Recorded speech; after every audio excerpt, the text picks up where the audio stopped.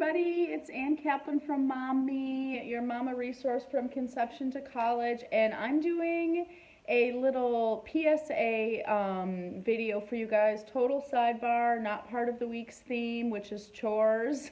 Totally unrelated to this. Talking about breastfeeding because there's been some discussion in the group about a picture that I posted about nursing your baby to sleep and that it's not bad, and all of a sudden there's all these moms saying, well, I thought it was bad. Oh, that's really good to hear because I'm still doing it, but I feel kind of guilty because everyone tells me it's bad.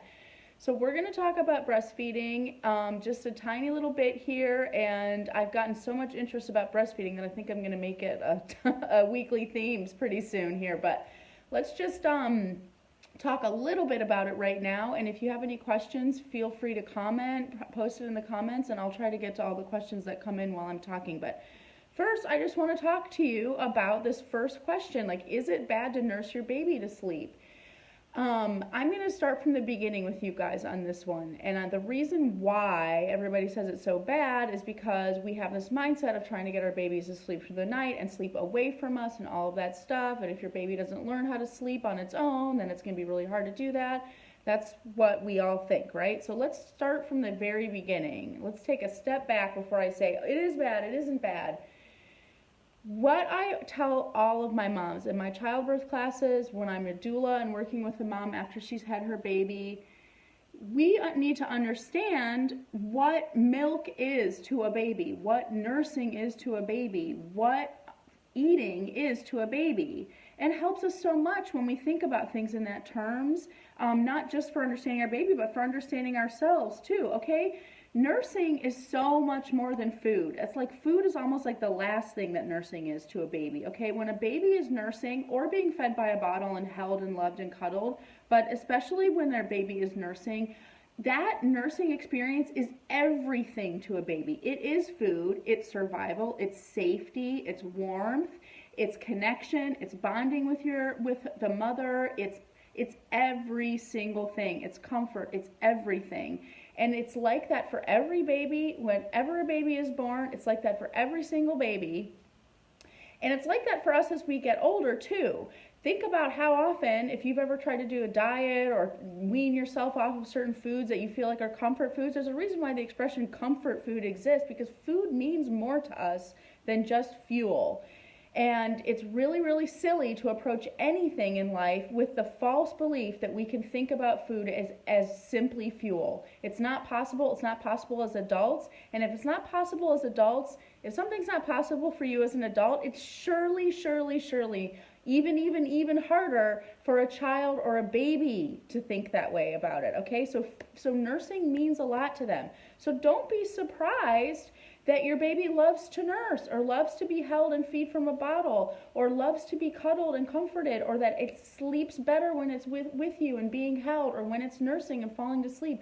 That sucking motion is soothing to a baby. Being held is soothing to a baby. Smelling you is soothing to a baby. Having a full tummy is soothing to a baby. A baby is going to sleep better in those situations. There's nothing we can do about it. It's just nature. So don't be surprised. I wish I could tell you how many clients I have who say, like, I don't understand it. The baby's sleeping great, and then the second I put it down and try to walk away, wah! Well, of course. Your baby's never been away from you since it was one cell big. When a baby comes into this world, it doesn't even understand that it is separate from you. It feels like it's a part of you, and being away from you feels really, really, really messed up. So that's why your baby's going to be that way. Don't be surprised. Now, as your baby gets older, of course, it learns things. Like, it learns to be separate from you. It learns that it has control over the world around it. It learns that it can be away from you for small periods of time and still be safe. All of those things. But in the beginning, nursing, being held, being with a person, especially a mama, is everything to a baby. So let's get back to that question. Is it bad to nurse your baby to sleep? It depends on what you want. And it depends on the capabilities of your baby and who your baby is and who you are. So what I usually tell moms is focus on your nursing relationship. Instead of trying to subscribe to certain rules or some blanket approach or something you read in a book or what your pediatrician told you or whatever, focus on your relationship. Nursing is never bad as long as both people in that relationship find it a positive experience. So moms, once your baby is older, you're still the boss. Like, your baby can nurse to sleep. You can choose to nurse your baby to sleep. You can choose to nurse your baby whenever you want to. But you're the boss when it comes to your baby, when your baby is older. When your baby is younger, baby's boss, guys. That movie Boss Baby should have been about a whole nother thing. But when your baby's older, it's totally possible for you to have a really positive nursing relationship with a baby that's not even a baby anymore. I still nurse my 4-year-old, and we have an amazing positive nursing relationship, and it's because, just like all other parts of my relationship with my son, I am an authority figure to him. I'm an extremely loving authority figure to him, but he has boundaries that make him feel confident and secure and comfortable in all parts of his life, including nursing. So I want to kind of dispel the myth that just because you nurse your baby or have an extended breastfeeding relationship or nurse your baby to sleep, that means that your baby rules the roost. That's not true. Once your baby's developmentally old enough to understand boundaries and rules and learn those kinds of things, it's totally okay for you to enforce your relationship in a way that's respectful to both of you. So focus on your relationship. If nursing your baby to sleep is working for both of you, if it ain't broke, don't fix it, people. It's going to be fine. Now, if you want the kind of nursing relationship with your child where your baby sleeps in a different room from you and is able to sleep away from you and all of those things, it might be challenging for you to have a routine where you nurse your baby to sleep, especially if you want other caregivers to take care of your baby. But that's not true for every relationship, because your baby is smart. An older baby is very, very smart. A toddler, even a small baby like a 7-month-old baby, is capable of learning things like, when mommy puts me to sleep, we nurse. When daddy puts me to sleep, we read a story. When I'm with a babysitter, this is what happens. Like, babies are really, really smart. If your dog can learn something, this is a rule of thumb about anything. If your dog can learn a thing, your kid can definitely learn that thing, even a baby. So if you want to have the kind of relationship where you put your baby to sleep by nursing, and that works for your family, that is fine. And it certainly does not preclude you from having also the kind of relationship where someone else can put your baby to bed. You can be away, your kid can have boundaries, you can have rules and dignity and respect in your nursing relationship. Those things are not mutually exclusive. And I think for a very, very long time we've been taught that they are, because we're trying to develop that kind of autonomous relationship with our kids when it was really developmentally inappropriate. A 3-month-old baby can't learn the things about different people putting them to bed and stuff like that. So if you want to have a 3-month-old who's going to sleep without being with their mom and in a separate room and all that stuff, then you kind of have to have pretty strict boundaries around that stuff, because that's the only way that baby's going to learn. But now, come into 2018, guys, we know co-sleeping is recommended by the American Academy of Pediatrics for the whole first year of life, you guys. So we know that that's healthy. We know that most moms do wind up sleeping with their kids sometimes in some form or another. We know all of that stuff. So let's not be imposing rules on a 7-month-old that we invented to make a 3-month-old act like a 7-month-old. That's not necessary. It's about your relationship. It's about the dynamic you want to have with your kid. And FYI, guys, there's millions of studies out there that show that babies and moms sometimes sleep better when they're nursing and co-sleeping throughout the night. So, just FYI, it's all about what works for you and your family. I say this all the time to my clients about all different kinds of things, not just breastfeeding.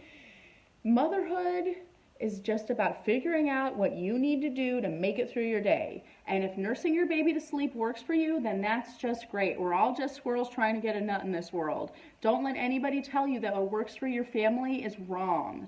Don't let that sink into your head, you guys. Trust your gut. And if it's working for you and your family, that's great. And if you can't parent your kid now with the prospect of like, well, 6 months from now, I don't want this to be a relationship. Well, guess what? It won't be, because your kid is going to be 6 months older. You're going to be 6 months older. You're going to figure it out and cross that bridge when you come to it. But if it's working for you now, let it work. That's okay. So if you guys want help with getting your kid to sleep without nursing, if that's something you want, or getting confidence and doing things on your own terms, which I think we all want, call me, set up a session with me, and we'll talk about exactly what's going on for you depending on the age of your child, what your personal goals are, working and stuff like that. And speaking of working, I had a question that came in on the group right before this about when to introduce a bottle so that if you're going back to work and your baby wants to use a bottle and all that stuff. My quick answer for that is this. If you, once breastfeeding is very well established, and well established means you can do it with your eyes closed and the lights off.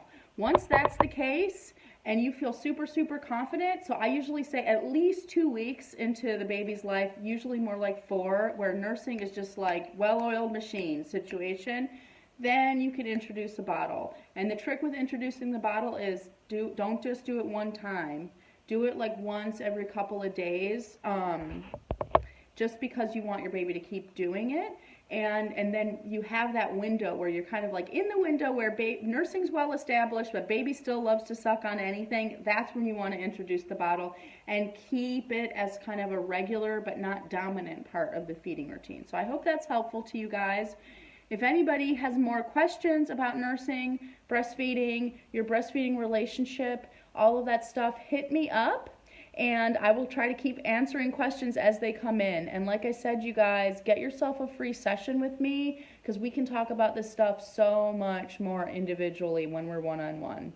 I love you guys so much. Tomorrow, I'm going to start broadcasting about the real theme for this week, which is chores. How to get your kids to do them, why they should do them, how to get it done without fighting, all that good stuff.